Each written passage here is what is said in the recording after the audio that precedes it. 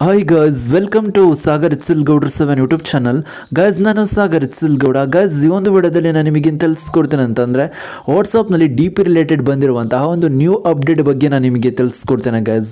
ಹೌದು ಗೈಸ್, ಈ ಒಂದು ಅಪ್ಡೇಟ್ ಒಂದು ಬೆಸ್ಟ್ ಅಪ್ಡೇಟ್ ಅಂತಲೇ ಹೇಳ್ಬೋದು.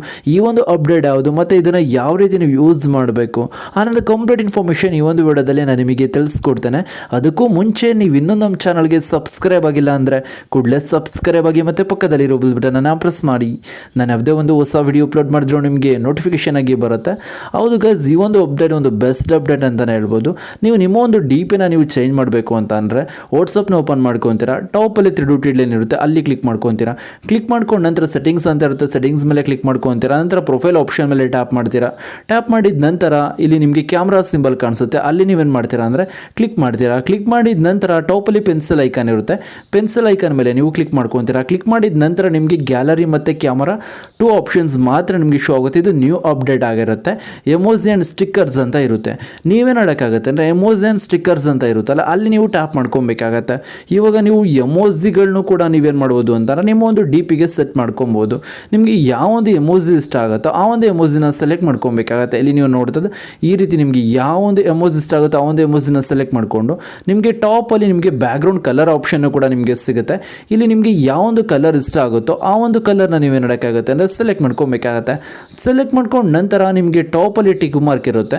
ಆ ಒಂದು ಟಿಕ್ ಮಾರ್ಕ್ ಮೇಲೆ ನೀವು ಕ್ಲಿಕ್ ಮಾಡ್ಕೊಂಡ್ರಿ ಅಂತ ಅಂದರೆ ಏನಾಗುತ್ತೆ ಅಂತಂದರೆ ನಿಮ್ಮ ಒಂದು ಡಿ ಪಿಗೆ ಈ ಒಂದು ಎಮೋಜಿ ಹೋಗಿ ಆ್ಯಡ್ ಆಗಿರುತ್ತೆ. ಇಲ್ಲಿ ನೀವು ನೋಡ್ತಾ ಇದ್ರೆ ಈ ರೀತಿ ಆ್ಯಡ್ ಆಗಿರುತ್ತೆ.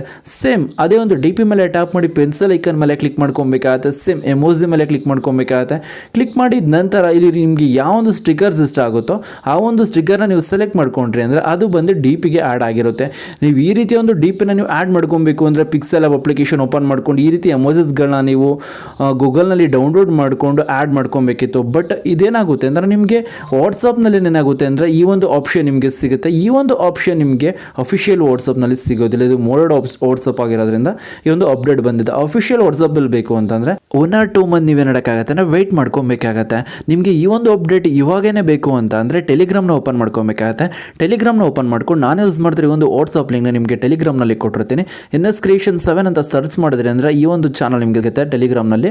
ನಂತರ ಇಲ್ಲಿ ಜಾಯ್ನ್ ಆಗಿದ ನಂತರ ಇಲ್ಲಿ ಪಿನ್ನಡ್ ಮೆಸೇಜ್ ಅಂತ ಇರುತ್ತೆ. ಪಿನ್ನಡ್ ಮೆಸೇಜ್ ಮೇಲೆ ಕ್ಲಿಕ್ ಮಾಡಿದ್ರೆ ಅಂದರೆ ಈ ಒಂದು ಅಪ್ಲಿಕೇಶನ್ ಲಿಂಕ್ ನಿಮಗೆ ಸಿಗುತ್ತೆ, ಇನ್ಸ್ಟಾಲ್ ಮಾಡ್ಕೊಬೋದು ಗೈಸ್. ನಾನಿವಾಗ ನಿಮಗೆ ತಿಳಿಸ್ಕೊಟ್ಟು ಸಿಂಪಲ್ ಇನ್ಫಾರ್ಮೇಷನ್ ಏನಾದರೂ ನಿಮ್ಗೆ ಇಷ್ಟ ಆಯಿತು ಅಂದರೆ ಪ್ಲೀಸ್ ಲೈಕ್ ಮಾಡಿ, ಶೇರ್ ಮಾಡಿ ಮತ್ತು ಸಬ್ಸ್ಕ್ರೈಬ್ ಆಗೋದನ್ನು ಮರಿಬೇಡಿ guys. Thank you for watching guys.